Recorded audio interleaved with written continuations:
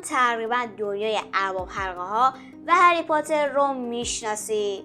توی این ویدیو میخوام شباهت های این دوتا دنیا رو براتون بگم. مثل همیشه اول بریم یه تریلر خفن و اختصاصی ببینیم، بعدش برگردیم برای ادامهش. با کانال سارامون همراه باشید.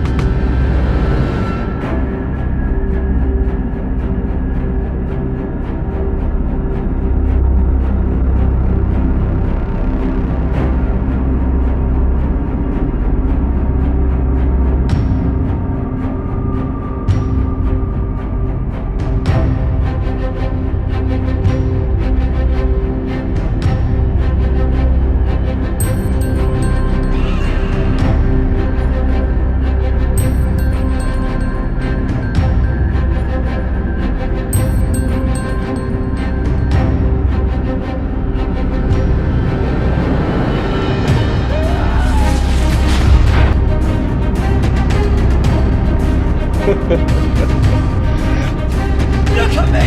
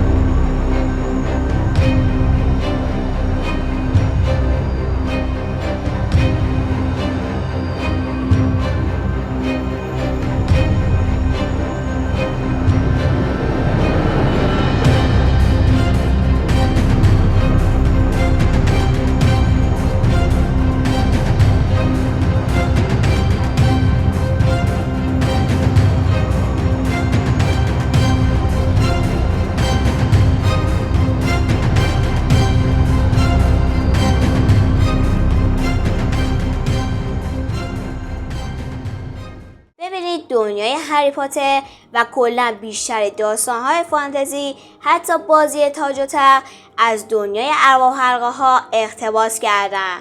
تالکین یه همچین دنیای عظیمی ساخته که طبیعتا هر کسی بخواد یه داستان فانتزی بنویسه یه چند تا چیز مشترک با ارباب حلقه ها خواهد داشت.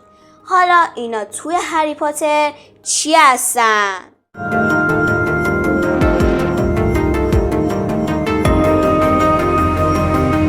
جالبه بدونید توی هر دو دنیا هم ولدمورت هم ارباب ساورون هر دوشون میخوان جسم فیزیکیشون برگرده.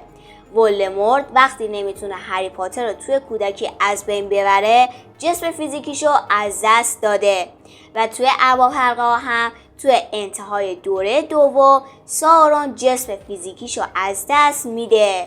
حالا جفتشون که ارباب‌های تاریکی هستن میخوان این جسم فیزیکیشون برگرده.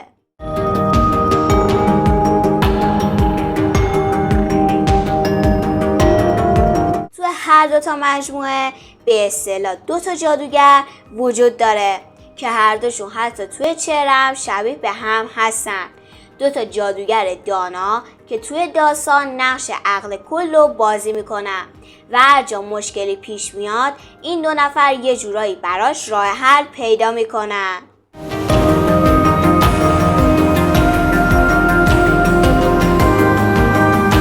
توی هر دو داستان در هر دو اثر یه جشن تولد ساده، مقدمه‌ای برای آغاز ماجراهای بزرگه.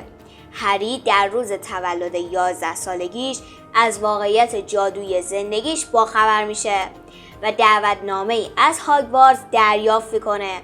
در مقابل تولد بیلبو در 111 سالگی با ناپدید شدن اسرارآمیزش به کمک حلقه جرقه‌ای برای انتقال مسئولیت به فرودو و آغاز سفر حلقه میشه. این شباهت نشون میده که هر دو روایت گذر از دوران کودکی به بزرگسالی با مناسبت تولد همراه هستش. لحظه‌ای که دنیای عادی جای خودشو به دنیای خفن جادو و فانتزی میده.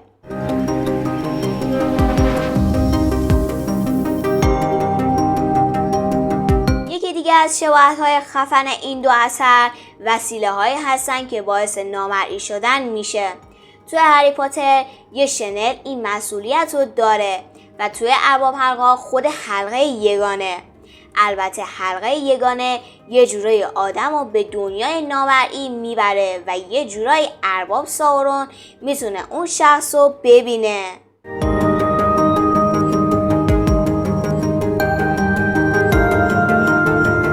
توی داستان شخصیت به نام فنگ وجود داره.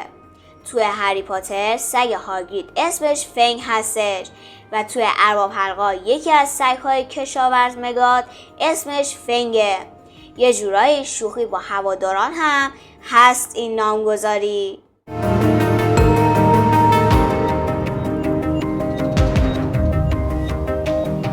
در هر دو اثر موجوداتی ترسناک با لباسهای تیره و چهره‌ای پنهان نماینده ترس، مرگ و تاریکی هم.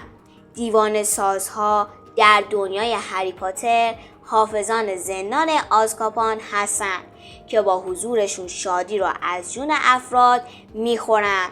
نازگل‌ها در ارباب حلقه‌ها ارواح 9 پادشاه فاسد شده هستند که به خدمت ساورون در اومدن و در پی یافتن هر دو گروه نمادهای عمیق از تسلط شر بر روان انسانها هستند. موجوداتی که بیش از آنکه جسمی باشند حضور روانی و ترس‌آور دارند.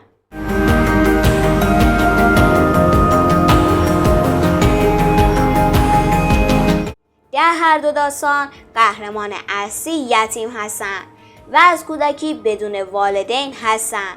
والدین هری توسط ولدمورت کشته شدند.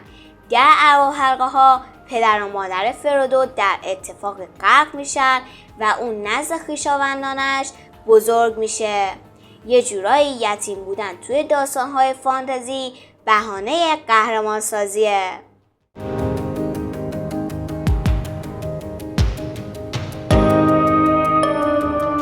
هری پس از مرگ والدینش پیش خانواده دورسلی یعنی عمو ورنون و زنمو پتونیا زندگی میکنه.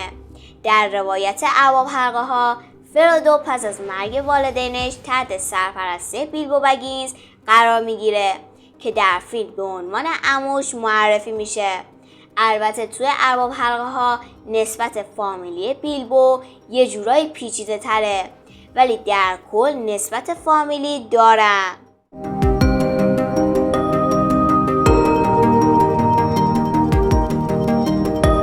عنکبوت‌های بزرگ نماد ترس هستن. در هری پاتر آراگوگ عنکبوتی سخنگو و بزرگه که هاگرید اونو توی جنگل ممنوعه پنهان کرده. در ارباب حلقه‌ها شلوب موجودی باستانیه که در کوه‌های اطراف مردور زندگی میکنه و فرودو رو مورد حمله قرار میده. این دو هیولا نمایندگان تاریکی و هیولایی هستن که از دل طبیعت زاده شدن.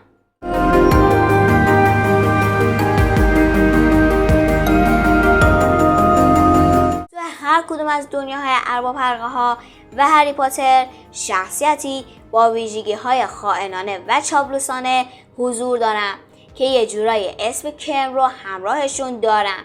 در دنیای هری پاتر پیتر پتیگرو که به نام مستعار دوم چرچل شناخته میشه با خیانت به والدین هری باعث کمک به قدرتگیری ولدمورت میشه.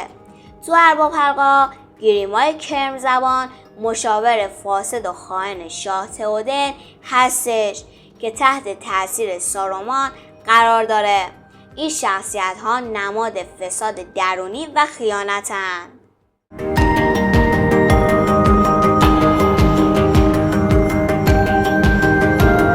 هر دو داستان شامل صحنه‌هایی هستن که قهرمانان با غولی عظیم و خطرناک روبرو میشن. در هری پاتر این اتفاق در شب هالووین اتفاق میفته که هری و دوستاش با یه ترور کوهی تو سرویس بهداشتی مدرسه میجنگن. تو ارباب حلقه‌ها هنگام گذر از معادن موریا اعضای گروه با تروری قدرتمند درگیر میشن و یه جورایی باعث میشه که شخصیت‌ها با اولین خطرات واقعی روبرو بشن.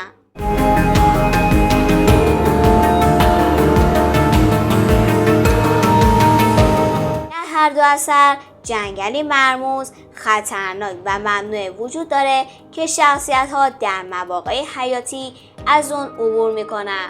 جنگل ممنوع در نزدیکی هاگوارتس مکانیه که موجوداتی مانند تگشاخ، آراگوگ و سانتورها تو اون زندگی میکنن. تو ارباب حلقه‌ها جنگل قدیمی در نزدیکی شایر قرار داره و تو اون درختانی با آگاهی و یه جورایی تهاجمی سکونت دارن.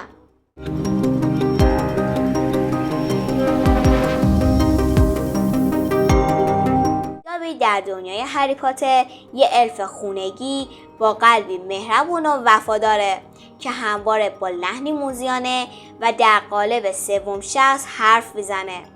گالوم تو ارباب حلقه‌ها موجودی نحیف و چندشاور که از قدرت حلقه تباه شده و هویتش به دو نیمه تقسیم شده. اونم مثل دابی با خودش حرف میزنه و به زبان سوم شخص صحبت میکنه.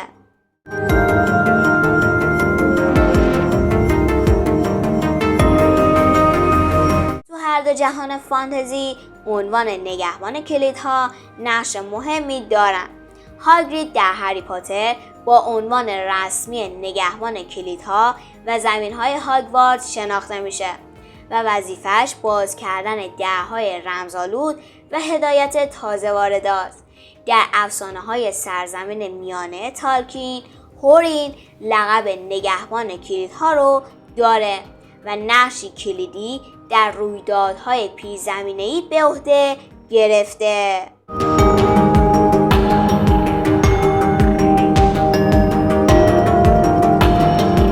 فرد و جورج ویزلی در مجموعه هری پاتر دوقلوهای شوخ‌طبع، خلاق و باهوشن که با شوخی‌ها و اختراعات جادوییشون فضای هاگوارتس رو شاد میکنن. اون طرف تو ارباب حلقه‌ها مری و پیپین دو هابیت پر انرژی و کنجکاو هستن که در ابتدا چهره‌های بازیگوش دارن اما در طول داستان به قهرمانانی شجاع تبدیل میشن.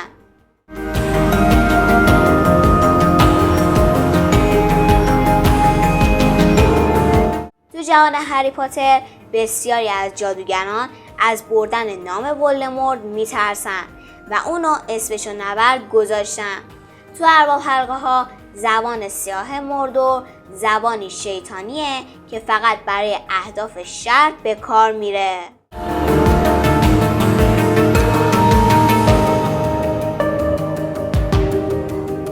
تو هری پاتر بید کتک زن درختی جادوییه که به هر چیزی که بهش نزدیک بشه حمله میکنه و ورودی مخفی به شاخ و برگهاش داره.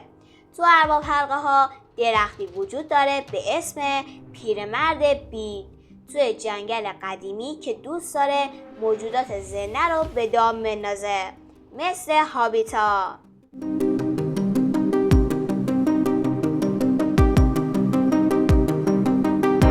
تو هری پاتر پنسیو ابزاریه برای مشاهده خاطرات گذشته که دامبلدور ازش استفاده میکنه تا اتفاقات رو دقیق ببینه و بازیابی کنه.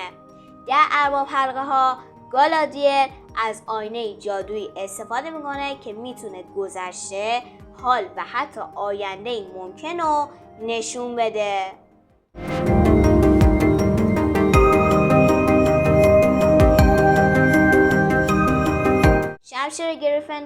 شیء افسانه‌ای در دنیای هری پاتر که تنها توسط کسایی که شایسته هستن از کلاه گروه بندی بیرون کشیده میشه و در نبردهای سرنوشت ساز ظاهر میشه. ارباب حلقه ها آندوریل شمشیری بازسازی شده از نارسید که وارث حقیقی اون آراگورن باهاش به مقام پادشاهی میرسه.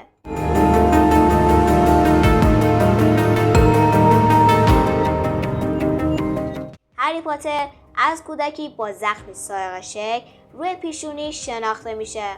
تو ارباب حلقه ها مری تو جریان نبرد پلنو زخمی از شاه نازگل‌ها بر پیشونیش دریافت میکنه که یادآور فداکاریش در جنگ سرنوشت ساز هستش.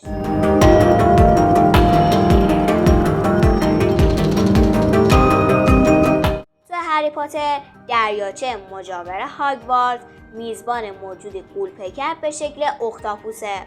تو ارباب حلقه ها هم قبل از ورود به دروازه موریا موجودی ناشناخته و وحشتناک به نام نگهبان در آب از اعماق برکه به اعضای گروه حمله میکنه.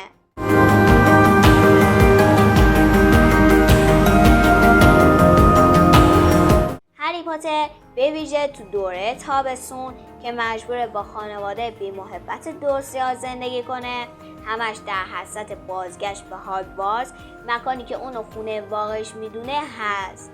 تو ارباب حلقه ها هابیتا در جریان سفر سخت و طاقت فرسای خودشون بارها آرزوی بازگشت به شایع سرزمین سرسبز، آرام و بی دغدغه‌شون رو ابراز میکنن.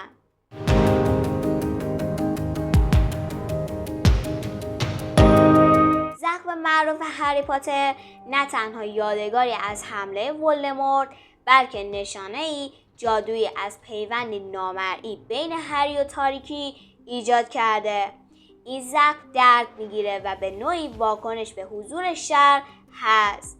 توی ارباب حلقه ها فرودو با زخمی از تیغه مورگلی که توسط شاه نازگل‌ها بهش وارد شده زندگی میکنه، زخمی که هرگز به طور کامل درمان نمیشه. چطور بود؟ شما هم اگه شباهتی میشناختید و من نگفتم حتما کامنت کنید. دوستتون دارم. خدافظ.